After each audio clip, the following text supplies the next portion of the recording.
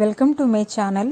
ఈరోజు అమ్మ వంటల రుచిలో ఎంతో టేస్టీగా ఉండే బనానా ప్యాన్ కేక్ ఏ విధంగా తయారు చేయాలో ఇప్పుడు చూద్దాం.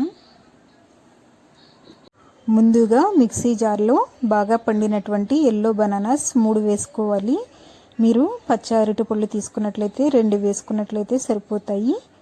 తరువాత 1/4 కప్పు బెల్లం తురుము, 2 కోడిగుడ్లు,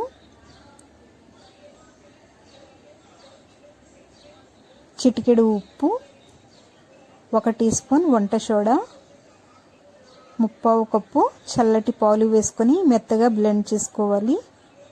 ఇలా బ్లెండ్ చేసుకున్న తర్వాత దీనిని ఒక బౌల్లోకి తీసుకొని ఇందులో 1.5 కప్పు గోధుమ పిండి వేస్తున్నాను. మీరు కావాలనుకుంటే మైదా పిండి వేసుకొని కూడా చేసుకోవచ్చు. ఉండలేమీ లేకుండా బాగా కలుపుకున్న తర్వాత ఈ కన్సిస్టెన్సీలో ఉండేటట్లుగా పిండి చూసుకోవాలి. పిండి మరీ చిక్కగా అనిపిస్తే 1 లేదా 2 టేబుల్ స్పూన్ల వాటర్ వేసుకొని కలుపుకోవచ్చు. తర్వాత స్టవ్ మీద ప్యాన్ పెట్టుకొని నెయ్యితో ఇలా గ్రీస్ చేసుకున్న తర్వాత ఈ పిండిని కొద్దిగా ఇలా మధ్యలో వేసుకోవాలి.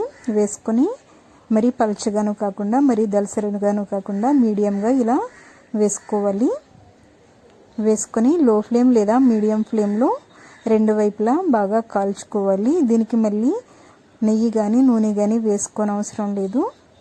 ఇలా రెండో వైపు కూడా బాగా కాల్చుకున్న తర్వాత ఒక ప్లేట్లోకి తీసుకుందాం. ఇదే విధంగా అన్ని ప్యాన్ కేకులను తయారు చేసుకోవాలి. ఇలా అన్నీ తయారు చేసుకున్న తర్వాత పైన కొద్దిగా తేనె వేసుకుని తిన్నట్లయితే టేస్ట్ అనేది చాలా బాగుంటుంది. మీరు కూడా ఇదే విధంగా తయారు చేసుకుని ఫీడ్బ్యాక్ పంపించండి.